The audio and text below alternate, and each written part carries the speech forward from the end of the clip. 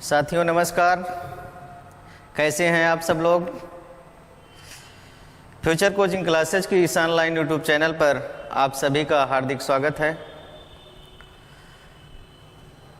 आज के सेशन में, आज की कक्षा में हम बात करने वाले हैं हिंदी व्याकरण का वह महत्वपूर्ण बिंदु संधि भाग 2। जैसा कि आप लोग मोबाइल के स्क्रीन पर देख रहे हैं, संधि भाग 2। इस संधि के संदर्भ में हम पिछली कक्षा में यह जान चुके थे, हिंदी के सामान्य परिचय के बारे में हम लोग अच्छे से पढ़ लिए थे, समझ लिए थे, और वहाँ से कौन कौन से प्रश्न पूछे जाने की संभावना बनती है, इन सब बारे में हम लोग गहनता से अध्ययन कर चुके थे। तो आइए देर ना करते हुए इस सेशन की शुरुआत करते हैं।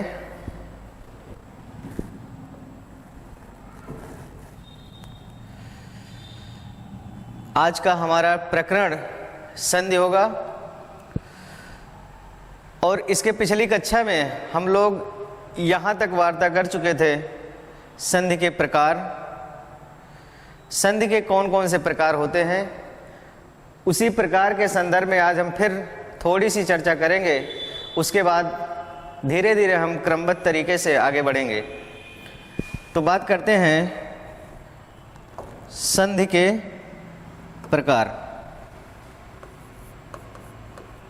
संधि के प्रकार।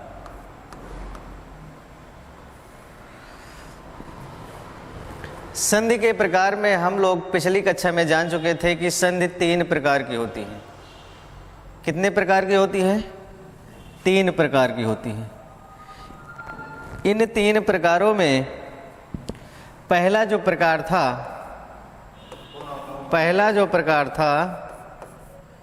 स्वर संधि का। पहला जो प्रकार था स्वर संधि, और दूसरा जो प्रकार था व्यंजन संधि, और तीसरा जो प्रकार था वह था विसर्ग संधि।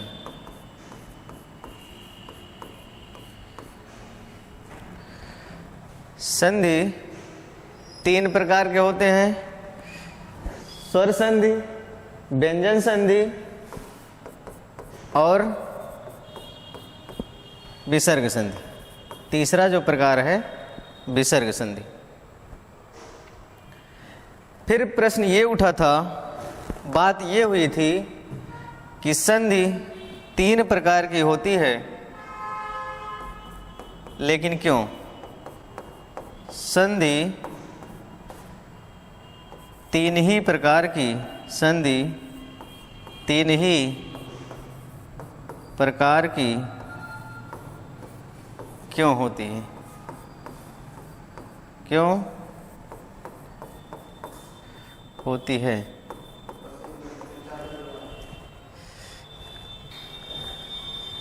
प्रश्न ये उठ रहा था, संधि 3 ही प्रकार की क्यों होती है?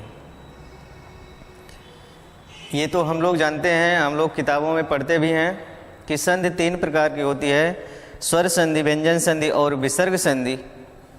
संधि 3 प्रकार की क्यों होती है? प्रश्न ये है। तो आज हम इसी के संदर्भ में पहले वार्ता करेंगे कि संधि 3 प्रकार की ही क्यों होती है। तो आइए देखते हैं। दोस्तों, साथियों, वर्णों का योग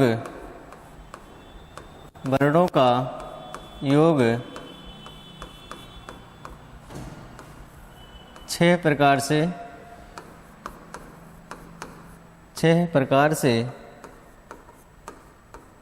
होता है। वर्णों का जो योग होता है वो कितने प्रकार से होता है? 6 प्रकार से होता है। वर्णों का योग कितने प्रकार से होता है? 6 प्रकार से होता है।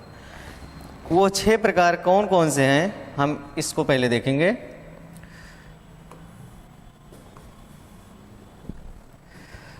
पहला जो प्रकार है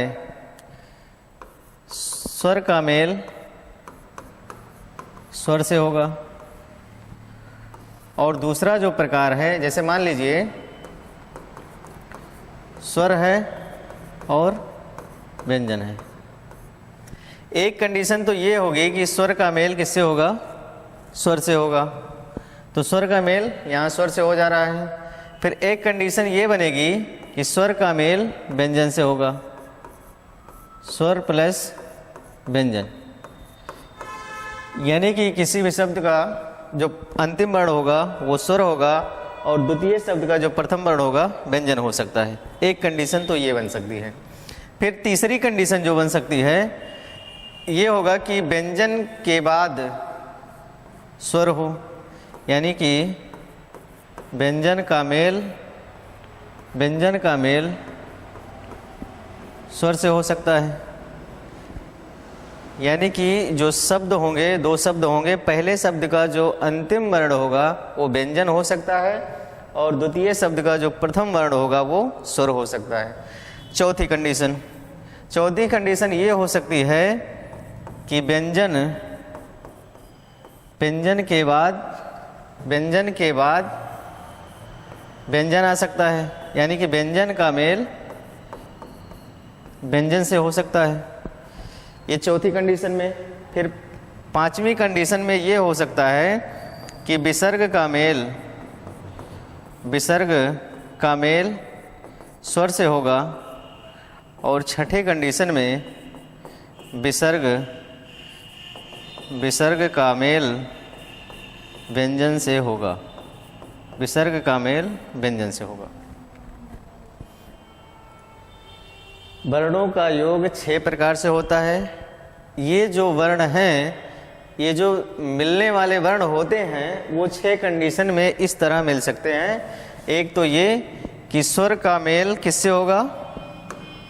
स्वर से होगा, और स्वर का मेल व्यंजन से होगा, व्यंजन का मेल स्वर से होगा, व्यंजन का मेल व्यंजन से हो सकता है, और विसर्ग का मेल स्वर से हो सकता है, विसर्ग का मेल व्यंजन से हो सकता है।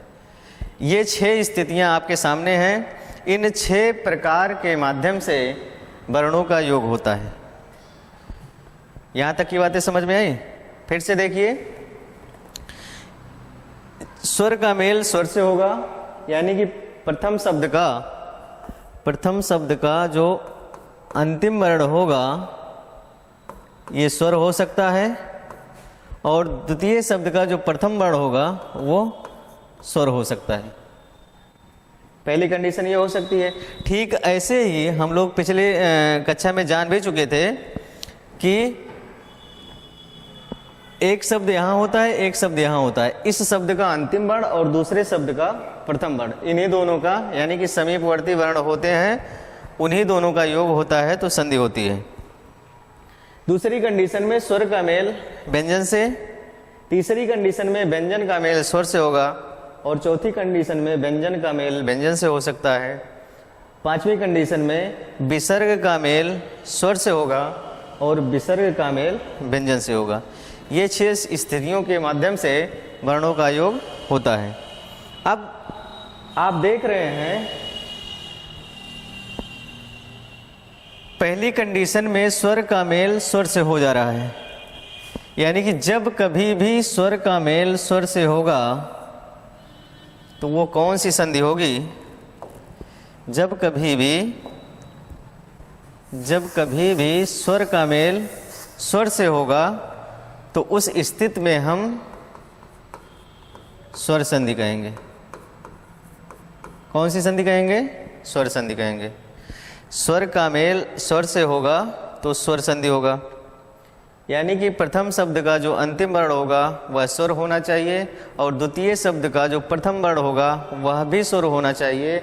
ऐसी कंडीशन में कौन सी संधि होगी? स्वर संधि होगी। एक कंडीशन तो ये कन्फर्म हो गया।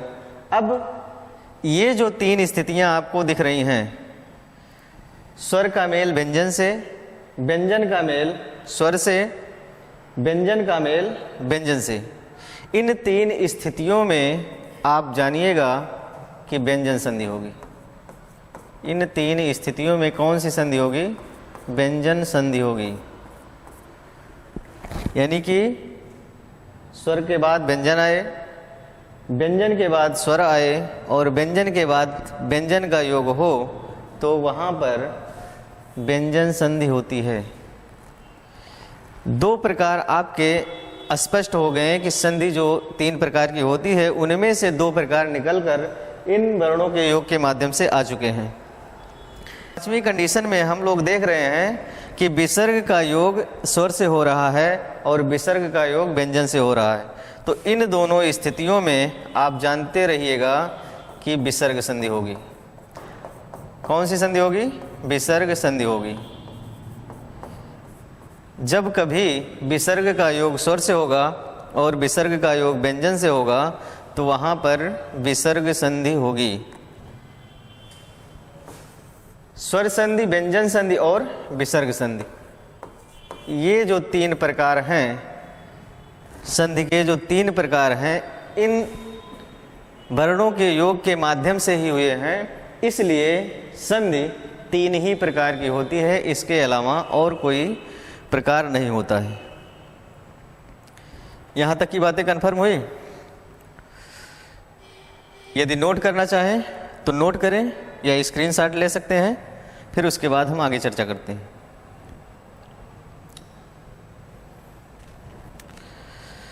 ठीक, ये 3 प्रकार जो निकल कर आए, स्वर संधि, व्यंजन संधि और विसर्ग संधि। अब बात ये होगी कि ये याद कैसे होगा कि किस में स्वर है, किस में व्यंजन है कि स्वर है, विसर्ग है या स्वर है। कन्फ्यूजन हो सकता है इन 6 स्थितियों में। तो जिनको कोई कन्फ्यूजन हो, इस तरह से ध्यान देगा कि आप देख पा रहे हैं कि 2 बार स्वर है, 2 बार आपको स्वर दिख रहा है, 2 बार आपको व्यंजन दिख रहा है और 2 बार आपको विसर्ग दिख रहा है। 2 बार स्वर है, 2 बार व्यंजन है, 2 बार विसर्ग है। यानी कि स्वर संधि, व्यंजन संधि और विसर्ग संधि, ये 3 ही प्रकार दिख रहे हैं आपको। स्वर संधि, व्यंजन संधि और विसर्ग संधि। इधर देखते हैं प्लस में, प्लस के बाद में 1 बार स्वर है, 1 बार व्यंजन है, 1 बार स्वर है, 1 बार व्यंजन है, 1 बार स्वर है, 1 बार व्यंजन है। इन्हीं के माध्यम से, इन्हीं वर्णों के योग के माध्यम से संधि 3 ही प्रकार की होती है। कितने प्रकार की होती है? 3 ही प्रकार की होती है। तो आज से ये डाउट आपको नहीं रहेगा कि संधि 3 ही प्रकार की क्यों होती है। ठीक साथियों, आगे बढ़ते हैं। अब ये तो बात हुई कि संधि 3 प्रकार की ही क्यों होती है। अब देखिए संधि में होता क्या है। संधि में क्या होता है? परिभाषा हम लोग क्या पढ़े थे? 2 वर्णों के योग से, क्या पढ़े थे? 2 वर्णों के योग से, 2 वर्णों के योग से होने वाला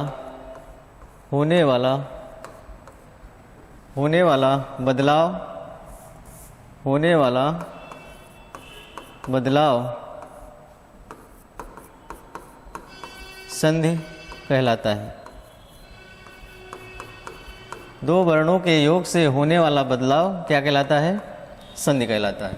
या ऐसे भी हम कह सकते हैं कि 2 वर्णों के योग से होने वाला परिवर्तन या विकार या बदलाव संधि कहलाता है। अब आप इसमें देख रहे हैं 2 वर्णों का योग। वर्ण का मतलब ये हुआ, ये जो वर्ण होंगे स्वर भी हो सकता है और व्यंजन भी हो सकता है। स्वर भी हो सकता है और व्यंजन भी हो सकता है। जब कभी भी हम स्वर और व्यंजन को एक नाम से संबोधित करने का प्रयास करते हैं या करते हैं तो उसे हम कह देते हैं वर्ण। यानी कि स्वर और व्यंजन को एक साथ में, एक शब्द में या एक नाम में यदि हमको बताना हो तो हम कहेंगे वर्ण, और वर्ण जो होंगे वो दो प्रकार के होंगे, स्वर और व्यंजन। जैसे एक उदाहरण देखते हैं, विद्यार्थी। विद्यार्थी में जैसे छात्र और छात्रा। छात्र और छात्रा को यदि हमको एक शब्द में संबोधित करना हो तो उसे हम कह देते हैं विद्यार्थी। ठीक उसी तरह से स्वर और व्यंजन को एक शब्द में हमको संबोधित करना होगा तो उसे कह देंगे वर्ण। इससे ये स्पष्ट हो जाता है कि दो वर्णों का जो योग होगा वो स्वर भी हो सकता है और व्यंजन भी हो सकता है। ठीक, यहाँ तक बातें क्लियर हुई। और एक चीज़ और आप जानिएगा, एक पॉइंट आप ध्यान दीजिएगा। अभी हम पिछली कक्षा में, पिछले स्लाइड में, एक मिनट, हाँ, इसमें देख ले रहे हैं स्वर, व्यंजन और विसर्ग। स्वर के बाद स्वर का मेल हो रहा था, विसर्ग व्यंजन के बाद व्यंजन का मेल हो रहा था, लेकिन विसर्ग के बाद विसर्ग का मेल क्यों नहीं हो? ये ध्यान दीजिएगा कि स्वर के बाद स्वर का मेल हो जाता है, व्यंजन के बाद व्यंजन भी मिल जा रहा है, विसर्ग के बाद विसर्ग क्यों नहीं आ रहा है? ये आपके दिमाग में प्रश्न उठ रहा होगा। तो ये जानते रहिएगा,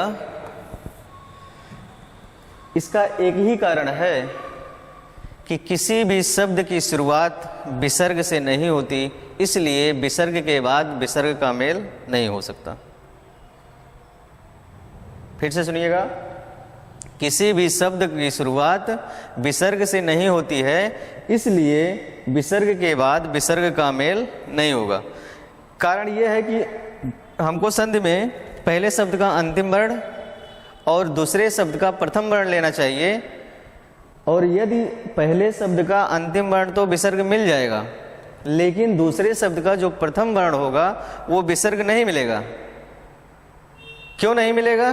क्योंकि विसर्ग से किसी शब्द की शुरुआत नहीं होती। जैसे मान लीजिए नमः लिखना है, नमः, नमः को यदि हम लिखेंगे तो विसर्ग बाद में लगाएंगे ना। ऐसा तो नहीं है कि हम विसर्ग को पहले लगा देंगे। और जब किसी शब्द के पहले विसर्ग नहीं आ रहा है तो हम विसर्ग का योग विसर्ग से नहीं कर सकते हैं। लेकिन इन स्थितियों में देखिए, स्वर के बाद स्वर आ जा रहा है और व्यंजन के बाद व्यंजन आ जा रहा है। विसर्ग के बाद स्वर और व्यंजन ही आएंगे, ना कि विसर्ग के बाद विसर्ग का योग होगा। बात क्लियर है ना?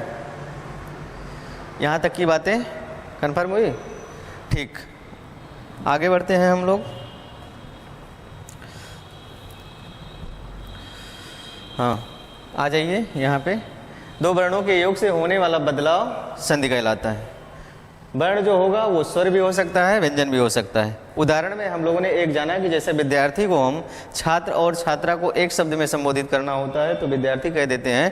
ठीक उसी तरह वर्ण का नाम यदि लिया जा रहा है तो वर्ण में आप स्वर और व्यंजन दोनों समझिएगा। किसी को कोई डाउट नहीं? ठीक है, यहाँ तक की बातें यदि समझ में आए तो परिभाषा तो आप पहले से ही जान रहे थे। वहाँ हम विस्तार में पढ़े थे कि दो निकटवर्ती वर्णों के मेल से जो परिवर्तन या विकार या बदलाव होता है उसे हम क्या कहते हैं? व्याकरण में संधि कहते हैं। अब हम बात करते हैं पहला जो प्रकार है, पहला जो इसका प्रकार है स्वर संधि। स्वर संधि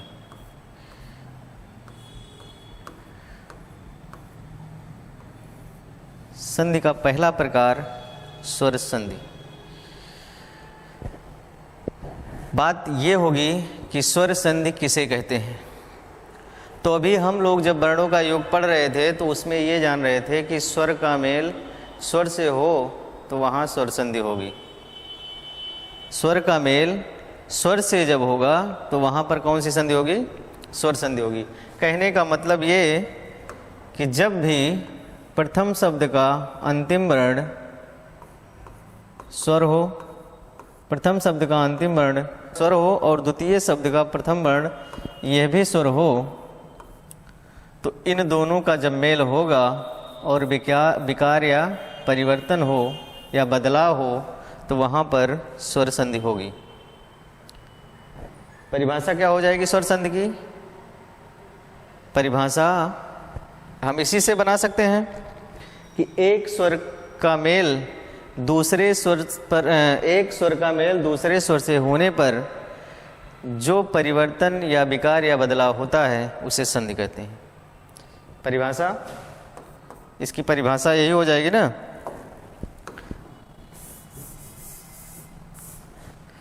परिभाषा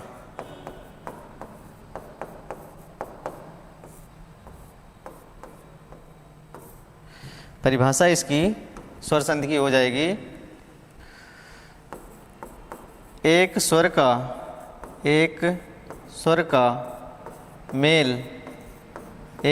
मेल दूसरे स्वर से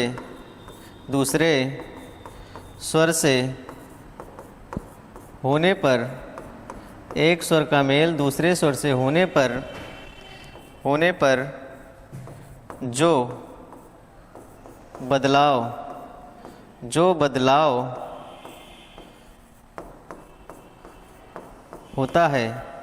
जो बदलाव होता है उसे स्वर संधि कहते हैं, उसे स्वर संधि कहते हैं,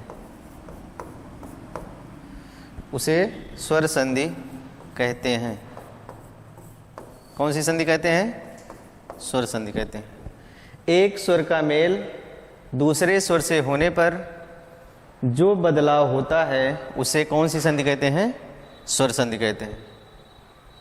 यानी कि प्रथम शब्द का अंतिम वर्ण वह भी स्वर होगा और द्वितीय शब्द का जो प्रथम वर्ण होगा वह भी स्वर होगा, दोनों मिलेंगे और दोनों के मिलने से एक परिवर्तन होगा, एक बदलाव होगा, तो उसे हम कहेंगे स्वर संधि।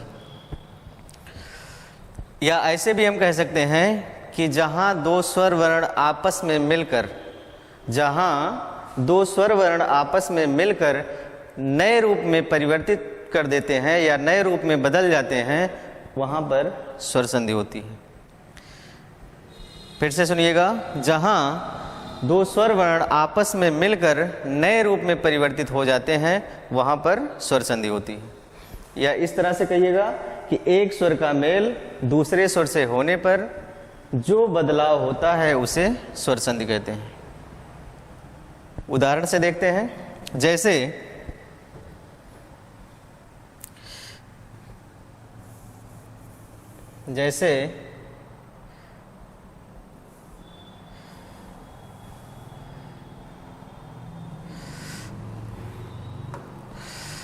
उदाहरण से हम देखते हैं, जैसे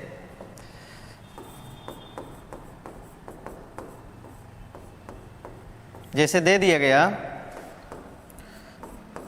हिम प्लस आलय, हिम प्लस आलय।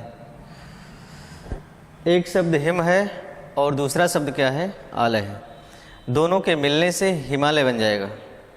कैसे बन जाएगा इसको हम देखते हैं। अब हिम है एक शब्द और दूसरा शब्द आलय है, तो हमको पहले तो ये पता करना होगा कि पहले शब्द का अंतिम वर्ण स्वर होना चाहिए और दूसरे शब्द का प्रथम वर्ण भी स्वर होना चाहिए। पहले शब्द का अंतिम वर्ण स्वर होना चाहिए और दूसरे शब्द का प्रथम वर्ण भी स्वर होना चाहिए, तब तो वो स्वर संधि का उदाहरण होगा। तो इसको पता करने के लिए हम सबसे पहले हिम और आलय का वर्ण विस्तार करेंगे, वर्ण विच्छेदन करेंगे, या इन दोनों शब्दों का पोस्टमार्टम कर दिया जाएगा। तब ये स्पष्ट हो जाएगा कौन कौन से वर्ण इसमें मिले हुए हैं और कौन सा स्वर है और कौन सा व्यंजन है। तो आइए इसका हम पोस्टमार्टम करते हैं। इसमें देखिए हा है, हा में हरसी है। फिर उसके बाद माँ है, माँ पे हलंत लगाएंगे और आ को हम बाहर कर देंगे। ये रूप जो दिख रहा है आपको वो लिखा गया है हिम। हा पर हलंत लगाया गया, ई को बाहर कर दिया गया, माँ पर हलंत लगाया गया, फिर आ को बाहर कर दिया गया, और यहाँ प्लस में क्या है, प्लस में आपको आलय है। आलय का जब वर्ण विस्तार किया जाएगा तो दीर्घ आ है, ला है, ला से हम स्वर को निकाल देंगे, आ को बाहर कर देंगे। ठीक यही प्रक्रिया हम दोहराएंगे या के साथ, और या से फिर आ को हम बाहर कर देंगे। फिलहाल यदि आपको दूसरे शब्द का प्रथम वर्ण मिल जा रहा है स्वर का, तो उधर आप ना भी करेंगे वर्ण विस्तार तब भी चलेगा। लेकिन एक उदाहरण में हम बताने का प्रयास कर रहे हैं कि किन किन के माध्यम से कैसे कैसे यहाँ स्वर निकलेंगे और कैसे कैसे इनका योग होगा, फिर स्वर संधि होगा। तो देखिए सॉरी, हिम है और आलय है, ये हिम लिखा गया है और ये इधर का आलय है। पहले शब्द का जो अंतिम वर्ण है ह्रस्व है, और दूसरे शब्द का जो प्रथम वर्ण है वो क्या है, दीर्घ है। अब ये स्पष्ट हो गया होगा कि यह भी स्वर है और यह भी स्वर है। ये दीर्घ आ है, ये ह्रस्व आ है और ये दीर्घ आ है। ये भी स्वर है और ये भी स्वर है।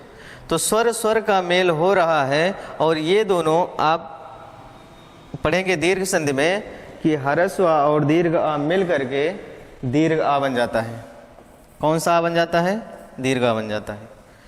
अब इन सबको हम एक साथ में मिला देंगे। इन सबको एक साथ में जब मिलाया जाएगा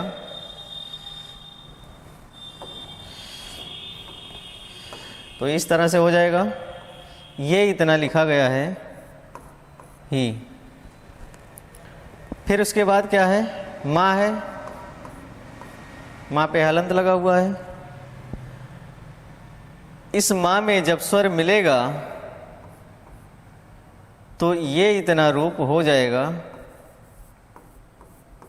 हिमा। हा में हरसी लगाया गया था तो ही हो गया। माँ पे हलंत लगा है, इसका मतलब कि इसमें स्वर नहीं है, स्वर की आवश्यकता है। ये दीर्घ आ इसमें मिल जाएगा और ये बन जाएगा माँ पे आ की मात्रा। और उधर क्या है, ये इतना आपका ला है और ये इतना आपका या है। तो इन दोनों को जब मिलाएंगे तो लय होगा, और इसमें हम ला के जब जोड़ देंगे लय को, ये टोटल हिमालय बन जाएगा। क्या बन जाएगा, हिमालय।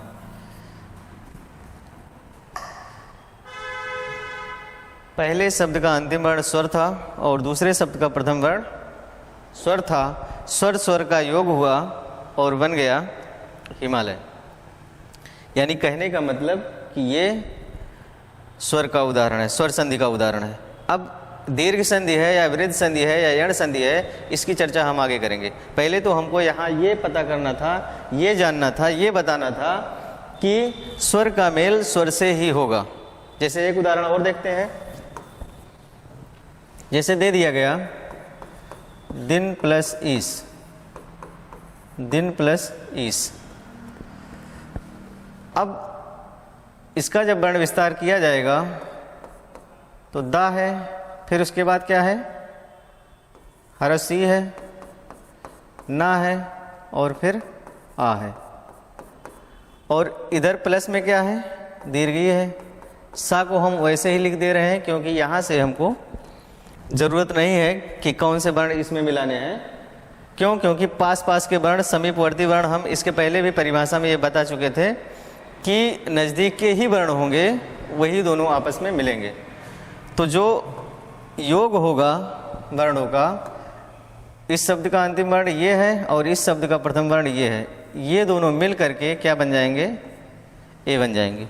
जैसा कि गुण संधि में होता है, आप लोग जानते भी हैं। इन सबको मिला दिया जाएगा, ये बन जाएगा दी। ना पे हलंत है, इसका मतलब कि स्वर नहीं है, स्वर रहित वर्ण है। इसमें जब इसका योग होगा, ये दोनों मिलेंगे तो ये ना पे ए की मात्रा हो जाएगी।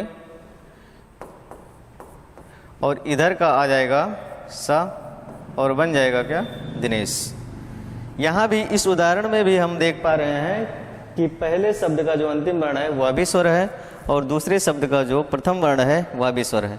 स्वर और स्वर का योग हुआ तो ऐसी कंडीशन में हम स्वर संधि कहते हैं। एक उदाहरण हिमालय का, यहाँ भी स्वर का योग हुआ, और एक उदाहरण दिन प्लस इस यानी दिनेश का, यहाँ भी स्वर का योग हुआ। तो जब कभी स्वर का मेल स्वर से हो और एक परिवर्तन हो, बदलाव हो या विकार हो, तो वहाँ स्वर संधि होगी। यहाँ तक की बातें कन्फर्म है? यहाँ तक की बातें स्पष्ट हो रही है ना?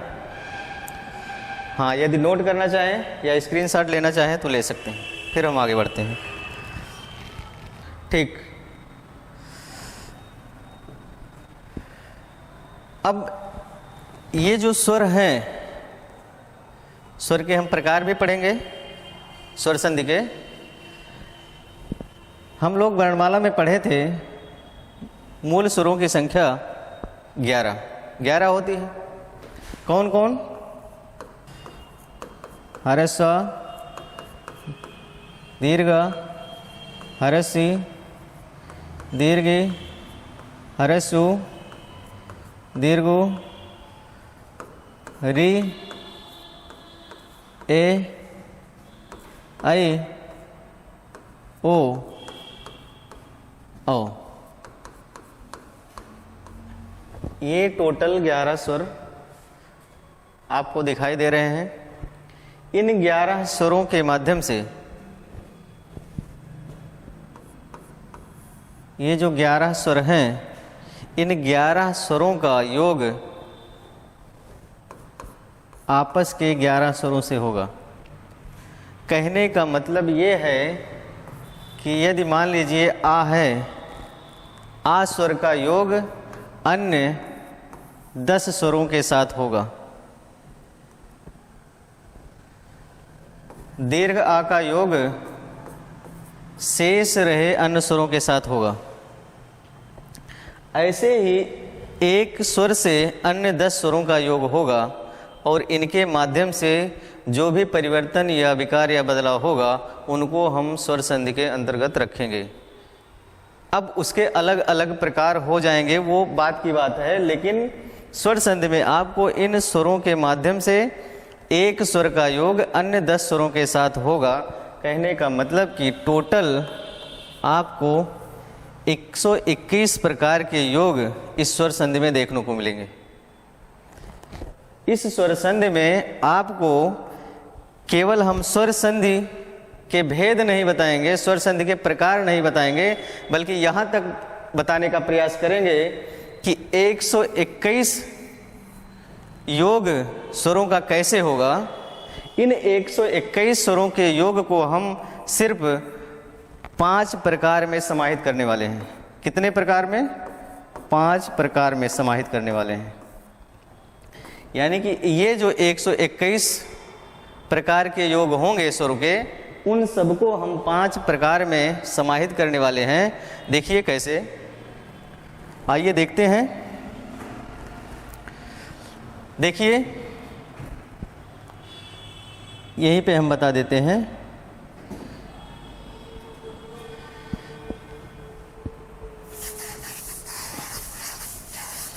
ये जो 11 स्वर हैं, ये जो 11 स्वर आपको दिख रहे हैं, इस आ का योग आ से होगा। ये दोनों स्वर आपस में मिलेंगे।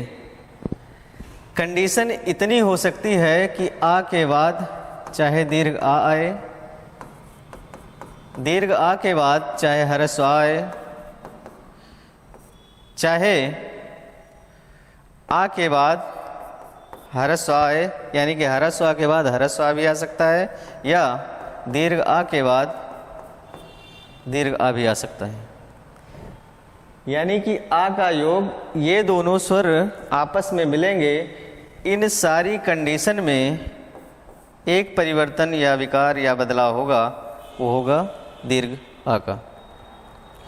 ठीक ऐसे ही इन दोनों का योग होगा।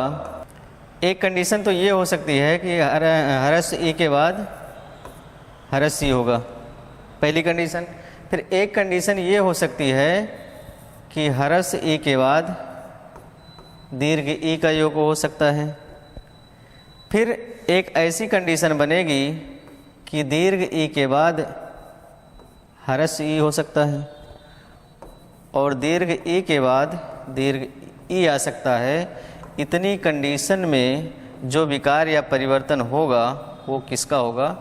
दीर्घ ई का होगा। ठीक ऐसे ही इन दोनों का योग होगा, वैसे ही कंडीशन यहाँ भी बनेगी। हरस ऊ के बाद हरस ऊ आए, चाहे हरस ऊ के बाद दीर्घ ऊ आए या दीर्घ ऊ के बाद हरस ऊ आए या दीर्घ ऊ के बाद दीर्घ ऊ आए। इतनी कंडीशन में जो बनेगा वो क्या बनेगा? दीर्घ ऊ बनेगा। इन इतनी कंडीशनों में जो भी विकार या परिवर्तन या बदलाव होगा, दीर्घ आ का होगा, दीर्घ ई का होगा या दीर्घ ऊ का होगा। यदि दीर्घ वर्ण बन रहे हैं तो इसको हम नाम दे देंगे दीर्घ संधि का। किस संधि का नाम? दीर्घ संधि का। ऐसे ही हम हरस आ और दीर्घ आ के बाद ई का योग करेंगे, हरस आ और दीर्घ आ के बाद ऊ का योग करेंगे, हरस आ और दीर्घ आ के बाद री का योग करेंगे, तो क्रमशः ए ओ अर बनेगा। और ऐसी कंडीशन हम जानते हैं गुण संधि में होगा। कौन सी संधि में होगा? गुण संधि में होगा। और ठीक इसी क्रम में हम हरस और दीर्घ आ के बाद ए का योग करेंगे और ओ औ का योग करेंगे, जैसा कि वृद्धि संधि में होता है। तो इन सारी कंडीशनों को उन स्वर संधि के भेदों में हम लोग 5 प्रकार के रूप में समाहित करेंगे। साथियों, आज के लिए बस इतना ही। शेष बातें अगली क्लास में। यदि यह वीडियो आपको पसंद आया हो तो कमेंट बॉक्स में ज़रूर लिखिएगा। चैनल को सब्सक्राइब करिएगा, बेल आइकन को ज़रूर दबाइएगा। मिलते हैं अगले सेशन में, तब तक के लिए जय हिंद, नमस्कार।